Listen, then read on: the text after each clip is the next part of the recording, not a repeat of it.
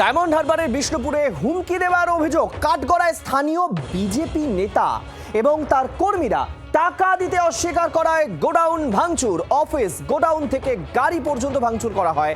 ব্যবসা করতে ভয় পাচ্ছেন ব্যবসায়ী সুরেন্দ্র কমতি।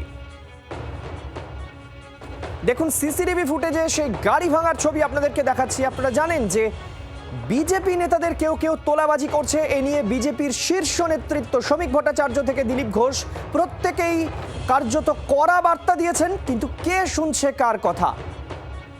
সরকার ক্ষমতা এসেছে মাত্র 3 মাস, কিন্তু তার মধ্যেই একাংশ, খুব কম হলেও কিন্তু এই ঘটনা ঘটছে রাজ্যে এবং কড়া বার্তাও দিচ্ছেন বিজেপির শীর্ষ নেতৃত্বরা। এই মুহূর্তে গাড়ি ভাঙচুরের পর গাড়ির কি অবস্থা, সেই গাড়ির ছবিটা দেখুন। তোলাবাজির টাকা না দেওয়ায় ভাঙচুরের অভিযোগ। দেখুন কিভাবে ভাঙচুর করা হয়েছে গাড়িটিকে। কাঠগড়ায় বিজেপি নেতা অশোক মান্না আমাদের প্রতিনিধি রয়েছেন আমাদের সঙ্গে টেলিফোন লাইনে।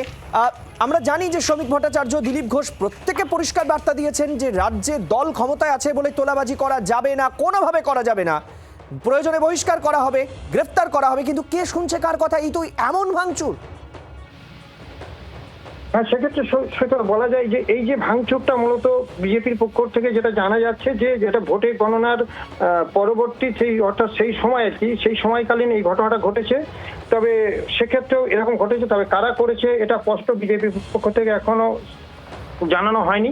অপরদিকে যে ব্যবসায়ী তিনি কিন্তু অভিযোগ করেছে বিষ্ণুপুর থানায়, মূলত তিনি বিষ্ণুপুর বিধানসভা কুলেরদাড়ি অঞ্চলে কিন্তু এই সুরেন্দ্র কমিটি, যিনি কিন্তু এখানে ব্যবসা করতেন এবং পাশাপাশি সেখানে ইট বালি সিমেন্টে তিনি ব্যবসা করতেন, তার কাছে তার ভাঙচুর করা হয়, তার গাড়ি ভাঙচুর করা হয় এবং তাকে হুমকি দেওয়া হয় টাকার জন্য, এমনটাই দাবি করছেন তিনি।